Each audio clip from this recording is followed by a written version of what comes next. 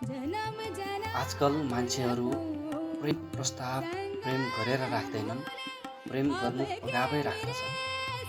प्रेम गरौँ कि नगरौँ भनेर सोध्छन्। त्यसरी सोद्धाखेरि नै अत्याधिक प्रेम गरिसकेको भनेर दाबी पनि गर्दछन्। मलाई त्यो प्रेम होइन, आकर्षणको प्रश्न हो जस्तो लाग्छ। एकले अर्कालाई के तिमी मप्रति आकर्षित छौ भनेर सोधे जस्तो, अनि छु वा छैन भन्ने उत्तरबाट निर्धारण हुने कुनै कार्य जस्तो। तिमीले भने झैँ लुगा राम्रो छ वा छैन भनेर सोद्धा यदि छ भने किन्ने नत्र नकिन्ने जस्तो। त्यो त प्रेम होइन, कुनै सम्झौता हो जस्तो लाग्छ।